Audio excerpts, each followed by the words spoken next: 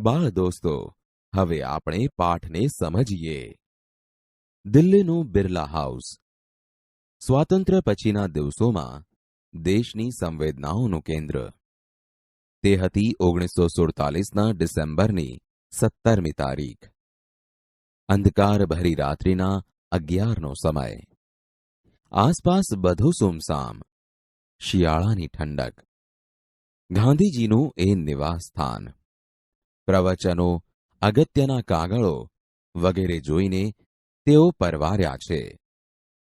દરવાજે સમય કરતા 5 મિનિટ વહેલી ઊભી રહેજે.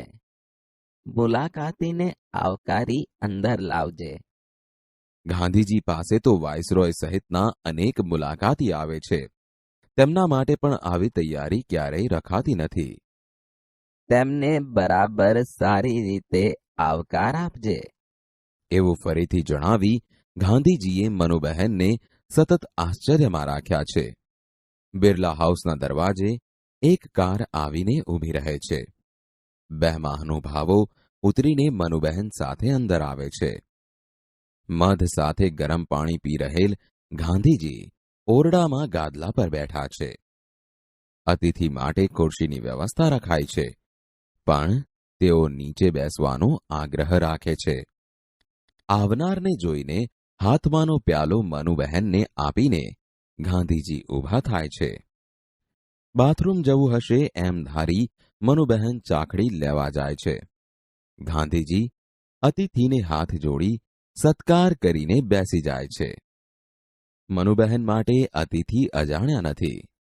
ગાંધીજીએ તેમના માટે રાખેલી દરકાર એ નવી બાબત છે.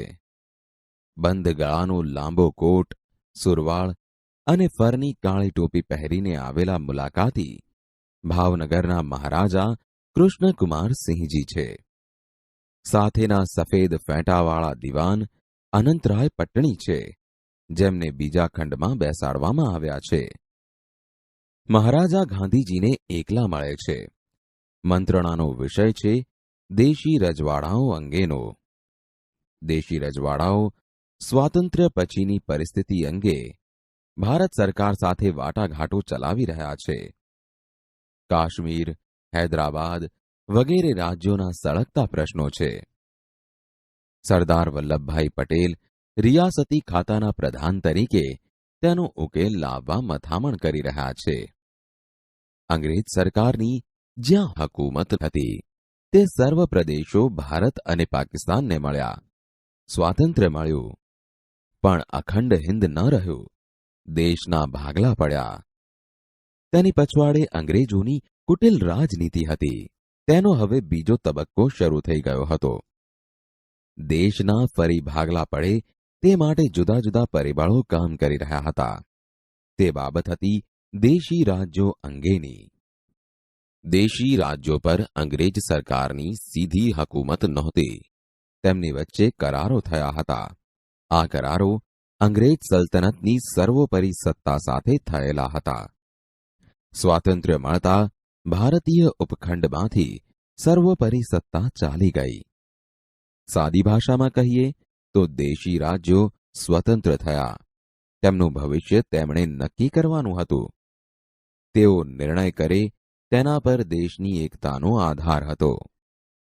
આવા બારીક સમયે રાજસ્થાનના રાજાઓ, અન્ય રાજવીઓ અને સૌરાષ્ટ્રના 222 રજવાડાઓ અવનવી યોજનાઓ વિચારી રહ્યા હતા.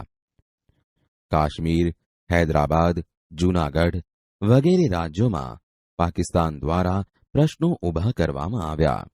જૂનાગઢનો પ્રશ્ન તાજેતરમાં જ ઉકેલાયો હતો. ત્રાવણકોર રાજ્યે સ્વતંત્ર થવાની જાહેરાત કરી અને પાછી ખેંચી લીધી. કોઈક રાજપૂત રાજા પણ પાકિસ્તાન સાથે ભળવાની છુપી વાટાઘાટો ચલાવી રહ્યા હતા. જામનગરના જામ સાહેબ જેવાએ જામ જૂથ યોજના વિચારી જોઈ હતી. સરદાર પટેલને દેશી રાજ્યોના પ્રશ્નોનો ઉકેલ નજીક દેખાતો નહોતો. સત્તા છોડવાનું કોઈને પણ ગમે નહીં. રાજાઓને કેમ ગમે? સત્તા સાથે પ્રતિષ્ઠા, નામના, સંપત્તિ, સાહેબી, દેશ વિદેશના પ્રવાસો વગેરે ઘણું સંકળાયેલું હોય છે. બધું એક ઝાટકે ચાલ્યું જાય. તે શી રીતે સહન થાય? સદીઓથી ભોગવેલી જાહો જલાલી છોડવા રાજવીઓનું મન માનતું નહોતું.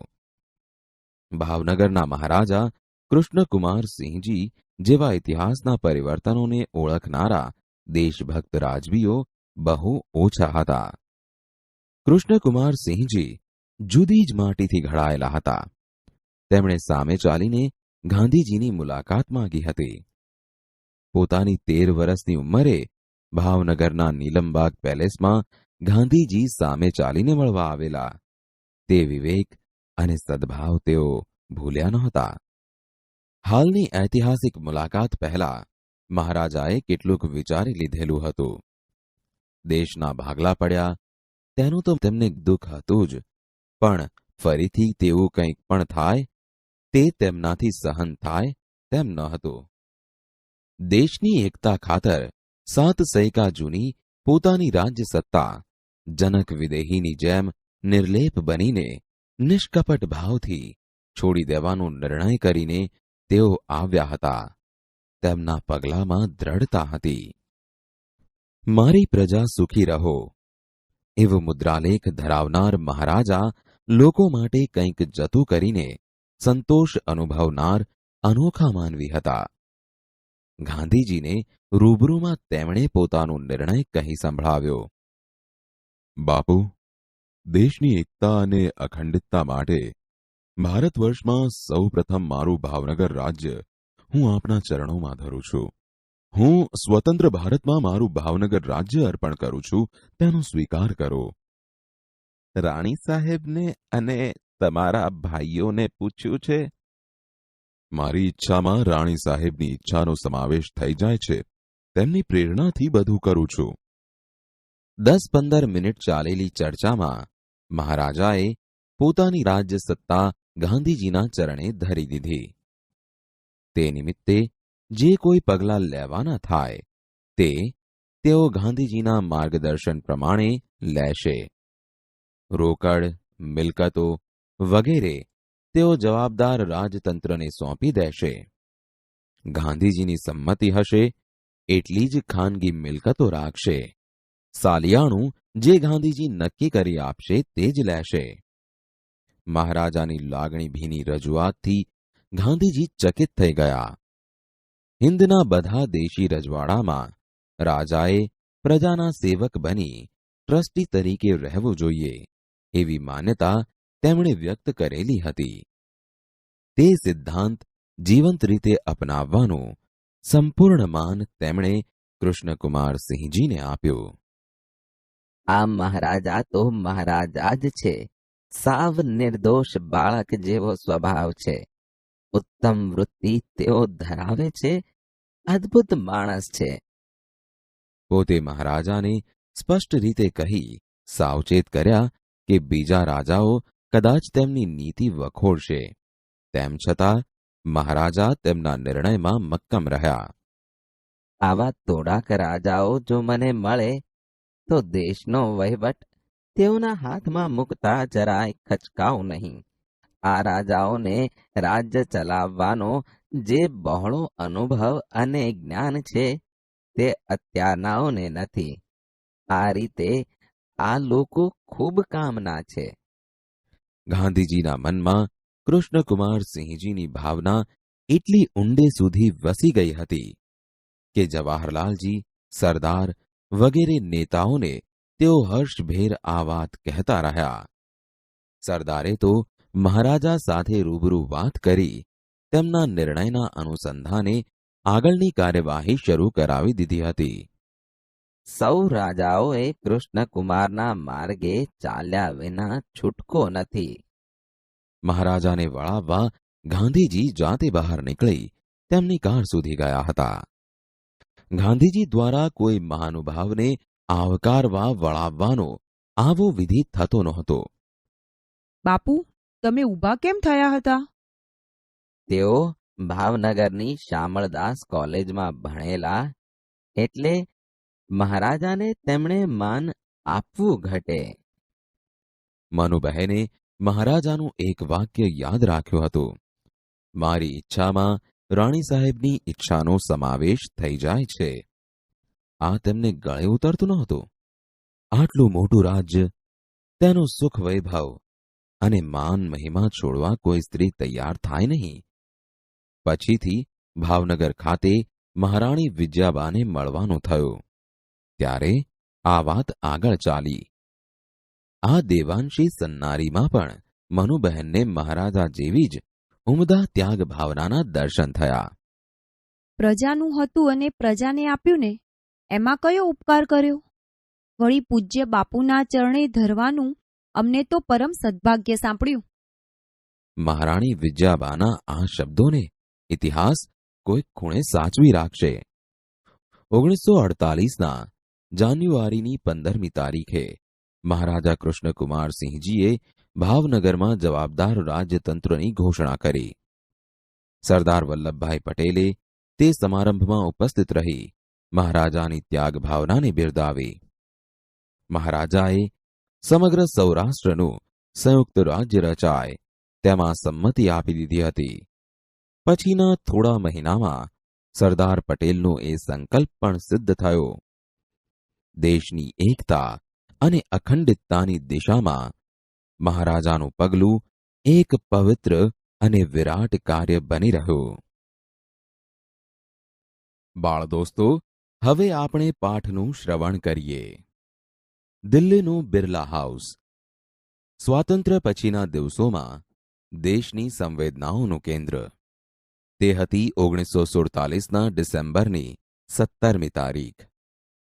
અંધકારભરી રાત્રિના 11નો સમય. આસપાસ બધું સુમસામ. શિયાળાની ઠંડક. ગાંધીજીનું એ નિવાસ સ્થાન. પ્રવચનો, અગત્યના કાગળો વગેરે જોઈને તેઓ પરવાર્યા છે. ગાંધીજીના અંતેવાસી મનુબહેન ગાંધીને સૂચના અપાઈ ગઈ છે. દરવાજે સમય કરતા 5 મિનિટ વહેલી ઊભી રહેજે. મુલાકાતીને આવકારી અંદર લાવજે. ગાંધીજી પાસે તો વાઇસરોય સહિતના અનેક મુલાકાતી આવે છે. તેમના માટે પણ આવી તૈયારી ક્યારેય રખાતી નથી.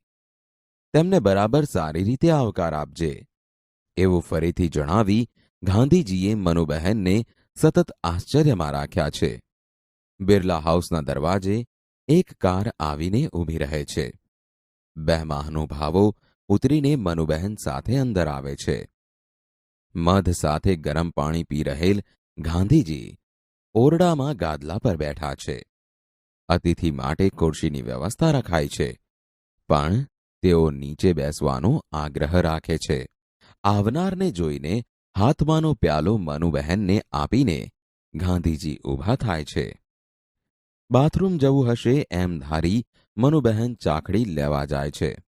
ગાંધીજી અતિથિને હાથ જોડી સત્કાર કરીને બેસી જાય છે. મનુબહેન માટે અતિથિ અજાણ્યા નથી. ગાંધીજીએ તેમના માટે રાખેલી દરકાર એ નવી બાબત છે. બંધ ગળાનો લાંબો કોટ, સુરવાળ અને ફરની કાળી ટોપી પહેરીને આવેલા મુલાકાતી ભાવનગરના મહારાજા કૃષ્ણકુમારસિંહજી છે. સાથેના સફેદ ફેંટાવાળા દિવાન અનંતરાય પટણી છે, જેમને બીજા ખંડમાં બેસાડવામાં આવ્યા છે. મહારાજા ગાંધીજીને એકલા મળે છે. મંત્રણાનો વિષય છે દેશી રજવાડાઓ અંગેનો. દેશી રજવાડાઓ સ્વાતંત્ર્ય પછીની પરિસ્થિતિ અંગે ભારત સરકાર સાથે વાટાઘાટો ચલાવી રહ્યા છે. કાશ્મીર, હૈદરાબાદ વગેરે રાજ્યોના સળગતા પ્રશ્નો છે. સરદાર વલ્લભભાઈ પટેલ રિયાસતી ખાતાના પ્રધાન તરીકે તેનો ઉકેલ લાવવા મથામણ કરી રહ્યા છે. અંગ્રેજ સરકારની જ્યાં હુકુમત હતી તે સર્વ પ્રદેશો ભારત અને પાકિસ્તાનને મળ્યા. સ્વાતંત્ર્ય મળ્યું, પણ અખંડ હિંદ ન રહ્યું. દેશના ભાગલા પડ્યા. તેની પછવાડે અંગ્રેજોની કુટિલ રાજનીતિ હતી. તેનો હવે બીજો તબક્કો શરૂ થઈ ગયો હતો. દેશના ફરી ભાગલા પડે તે માટે જુદા જુદા પરિબળો કામ કરી રહ્યા હતા. તે બાબત હતી દેશી રાજ્યો અંગેની. દેશી રાજ્યો પર અંગ્રેજ સરકારની સીધી હુકુમત નહોતી. તેમના વચ્ચે કરારો હતા. આ કરારો અંગ્રેજ સલ્તનતની સર્વોપરી સત્તા સાથે થયેલા હતા. સ્વાતંત્ર્ય મળતા ભારતીય ઉપખંડમાંથી સર્વોપરી સત્તા ચાલી ગઈ. સાદી ભાષામાં કહીએ તો દેશી રાજ્યો સ્વતંત્ર થયા. તેમનું ભવિષ્ય તેમણે નક્કી કરવાનું હતું. તેઓ નિર્ણય કરે તેના પર દેશની એકતાનો આધાર હતો. આવા બારીક સમયે રાજસ્થાનના રાજાઓ, અન્ય રાજવીઓ અને સૌરાષ્ટ્રના 222 રજવાડાઓ અવનવી યોજનાઓ વિચારી રહ્યા હતા. કાશ્મીર, હૈદરાબાદ, જૂનાગઢ વગેરે રાજ્યોમાં પાકિસ્તાન દ્વારા પ્રશ્નો ઊભા કરવામાં આવ્યા. જૂનાગઢનો પ્રશ્ન તાજેતરમાં જ ઉકેલાયો હતો. ત્રાવણકોર રાજ્યે સ્વતંત્ર થવાની જાહેરાત કરી અને પાછી ખેંચી લીધી.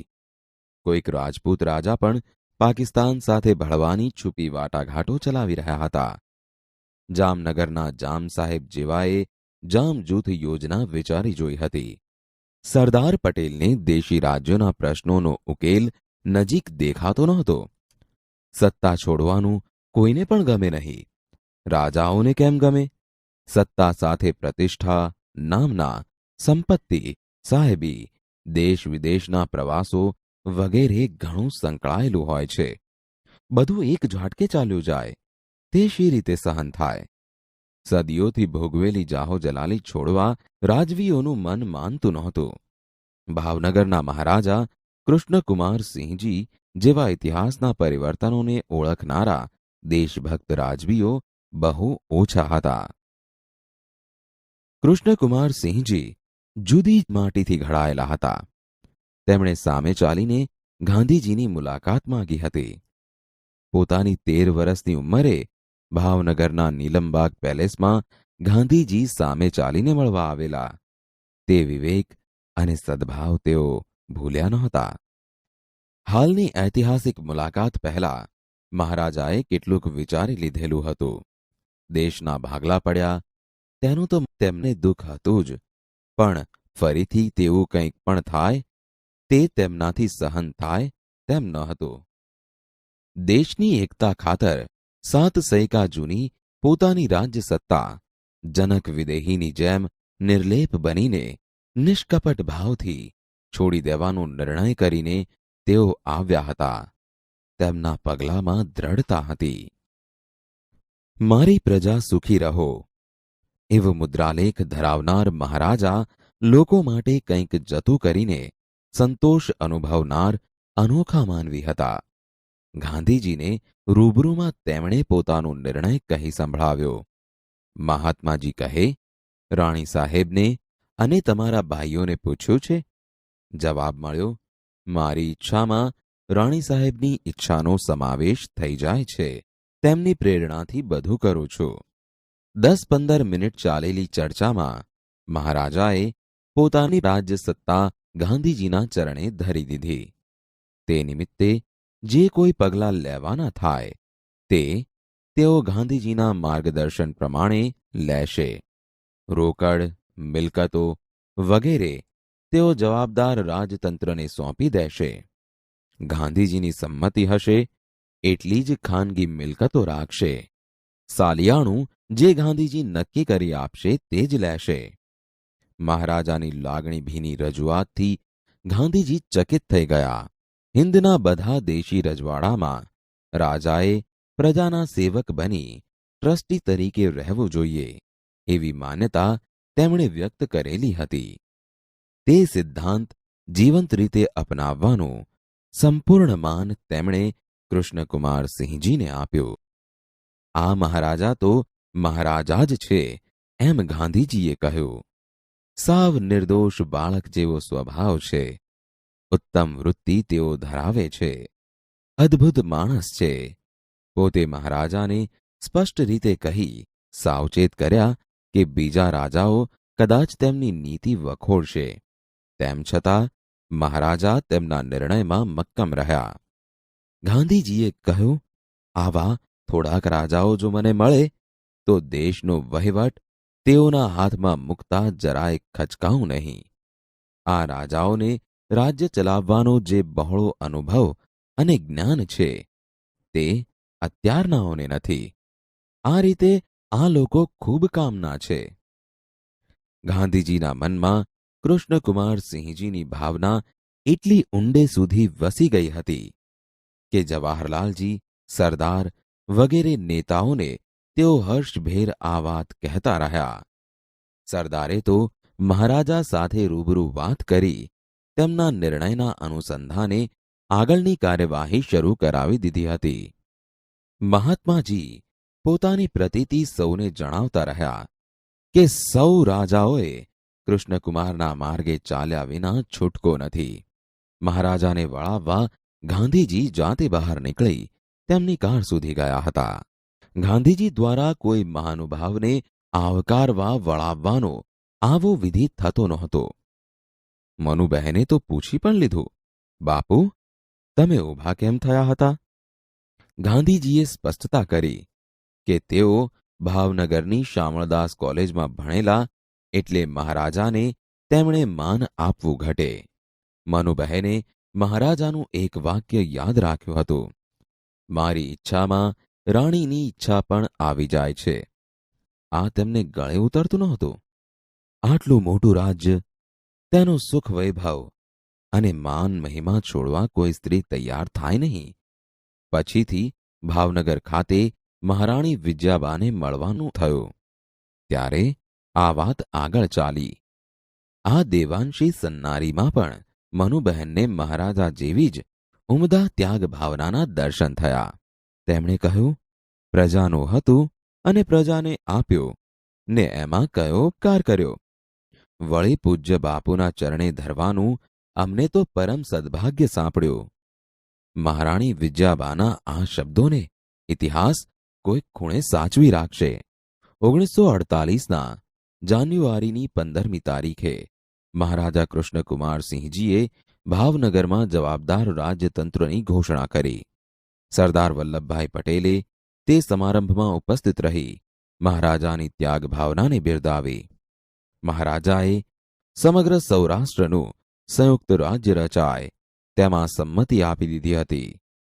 પછીના થોડા મહિનામાં સરદાર પટેલનો એ સંકલ્પ પણ સિદ્ધ થયો. દેશની એકતા અને અખંડિતતાની દિશામાં મહારાજાનું પગલું એક પવિત્ર અને વિરાટ કાર્ય બની રહ્યું. પૂરક વાચન પાઠ 4 વિરલ ત્યાગ.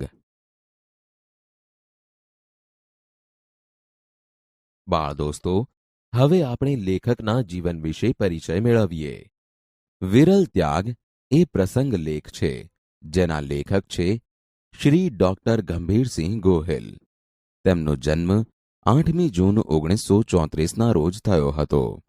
તેઓ ભાવનગર જિલ્લાના સેદરડા ગામના વતની છે અને હાલ તેઓ ભાવનગરની શામળદાસ કોલેજના નિવૃત્ત આચાર્ય છે. ગુજરાત રાજ્ય શાળા પાઠ્યપુસ્તક મંડળના ચેરમેન તથા all India association of textbook ઓર્ગેલ અને Gujarat state federation of college principal association જેવી સંસ્થાઓમાં પ્રમુખ તરીકે અગાઉના વર્ષોમાં એમણે સેવા આપેલ છે. તેમણે ખિસકોલી તો ખિસકોલી જ, પંખીડું ઉડી ઉડી જાય વગેરે જેવી બાળ વાર્તા સંગ્રહો આપ્યા છે. આ ઉપરાંત તેમણે નર્મ ગદ્ય, અક્ષરલોકની યાત્રા વગેરેનું સંપાદન કાર્ય તથા 2009માં ગુજરાતી હિન્દી વિવેચન સાહિત્ય એક અધ્યયન, 2010માં ગ્રંથ વિવેક અને 2011માં ગ્રંથ વિશેષ વગેરેનું લેખન કાર્ય પણ કરેલ છે. બાળ દોસ્તો, વિરલ ત્યાગ એ પ્રસંગ લેખમાં લેખકે સ્વતંત્રતા મેળવવાના સમયે અખંડ ભારત બનાવવા માટે તે સમયના ભાવનગર રાજ્યના મહારાજા કૃષ્ણકુમારસિંહજીની ઉદારતા, મહારાણી વિજયાબાની વિરલ ત્યાગ ભાવના અને રાષ્ટ્રપિતા ગાંધીજીના ટ્રસ્ટીશીપના સિદ્ધાંતની વાત વગેરે પ્રસંગોનું આબેહૂબ રીતે વર્ણન કર્યું છે.